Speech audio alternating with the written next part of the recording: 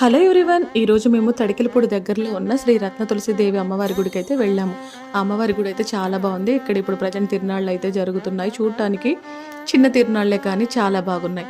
లోపల గుడి చుట్టూ కూడా డెకరేషన్ బంతిపూలతో చాలా బాగా చేశారు.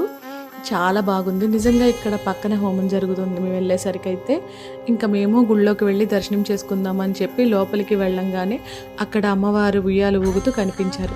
పక్కనే ఒక ఆవిడ ఫోటో పెట్టి అఖండ దీపం పెట్టి పూజలు చేస్తున్నారు. అప్పుడు అమ్మవారి జీవిత చరిత్ర అనేది తెలిసింది. శ్రీ రత్న తులసి అమ్మవారు సాధారణ మహిళగా పుట్టి వివాహం చేసుకున్నారు. అమ్మవారికి ప్రతిరోజు నిద్రిస్తున్న టైంలోని కళలు వచ్చేవంట. ఆ కళల్లోనూ నువ్వు సాధారణ మహిళవు కాదు, దేవకన్యవి, దేవతామూర్తివి అని చెప్తూ ఉండేవాళ్ళంట.